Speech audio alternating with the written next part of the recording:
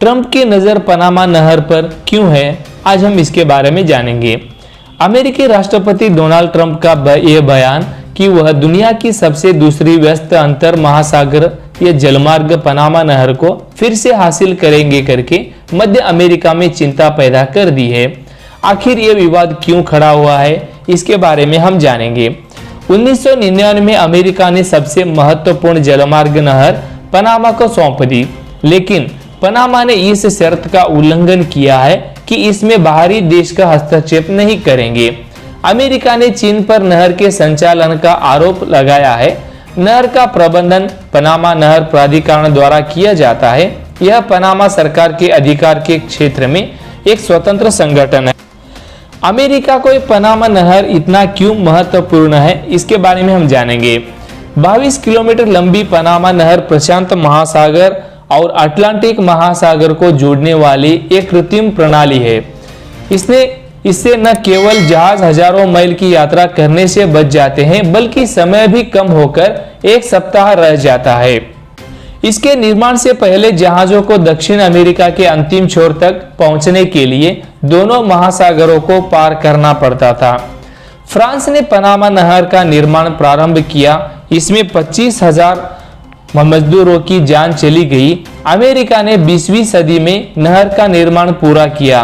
1977 में संयुक्त राज्य अमेरिका ने घोषणा की कि वह औपनिवेशिक आंदोलन के दबाव के तहत पनामा का नियंत्रण नगर क्षेत्र को सौंप देगा। इसने यह भी घोषणा की कि वह हमेशा तटस्थ रहेगा। यह 1999 में परिचालन में आया, लेकिन जलवायु परिवर्तन के कारण 2023 और 2024 के सूखे के दौरान नहर को पानी की आपूर्ति करने वाली झीलों सूख गई। इस वजह से नहर प्रबंध बोर्ड ने जहाजों की आवाजाही पर प्रतिबंध लगा दिया। इसके परिणाम स्वरूप जहाजों को अपना समय बर्बाद करना पड़ा। लेकिन अब भी यहाँ हालात सही नहीं है। नहर के माध्यम से जहाजों को चलने की अनुमति नहीं है। हालांकि तरलीकृत प्राकृतिक गैस ले जाने वाले जहाजों सहित थोक वाहक अभी भी वैकल्पिक मार्ग का अनुसरण कर रहे हैं। पनामा ने नहर का नियंत्रण चीन को सौंप दिया है। चीन सेना ने नहर में डेरा जमा रखा है, लेकिन पनामा इसके लिए कोई सबूत नहीं दे रहा है।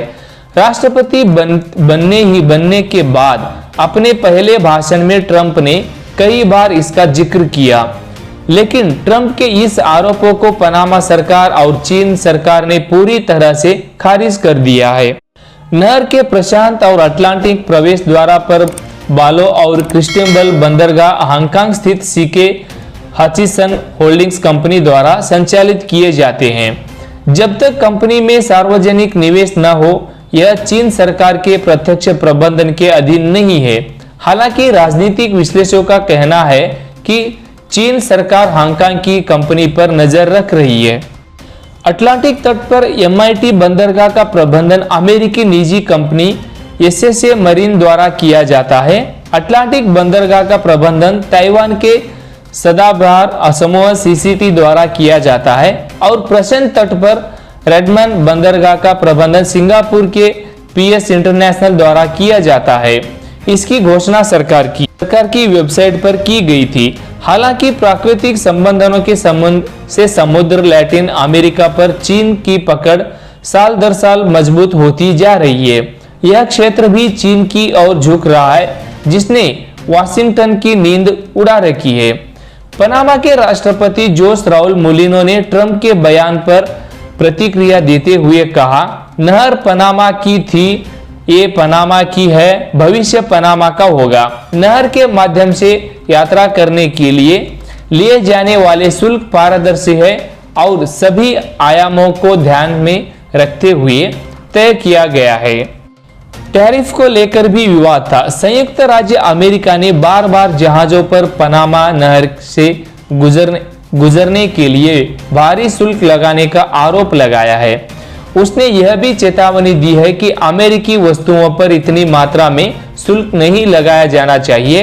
इसके अलावा संयुक्त राज्य अमेरिका से संबंधित सभी जहाजों पर उच्च टैरिफ लगाया जा रहा है। यह गरज उठी कि कार्रवाई की सही तरीका नहीं था। 2020 से 2023 तक इस नहर का राजस्व 26% 19,000 करोड़ रुपए बढ़ गया है। प्रति जहाज 35 करोड़ रुपए का टैक्स लगाया है। नहर में चलने वाले जहाजों से उनके राष्ट्रीय ध्वज, मूल देश या गंतव्य के आधार पर शुल्क नहीं लिया जाता है। अमेरिकी राष्ट्र से संबंधित कोई वाणिज्यिक जहाज नहीं है। बताया गया है कि इस नहर में अमेरिकी सेना ने जहाज स्वतंत्र रूप से आ जा रहे हैं। न केवल पनामा बल्कि दुनिया की कई देशों के बीच अन्य जलमार्गों पर भी मालवाहक जहाजों का किराया काफी बढ़ गया है। तो अब आगे क्या होगा? ट्रंप की धमकी से पनामा का कर्ज बढ़ गया है।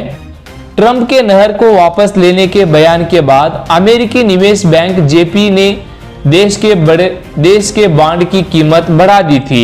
मॉर्गन की छूट ने इस छोटे से देश को और संकट में डाल दिया है। दोस्तों, इस वीडियो के बारे में आपको जानकारी क्या लगता है, हमें जरूर कमेंट करके बताइए। जय हिंद, जय भारत।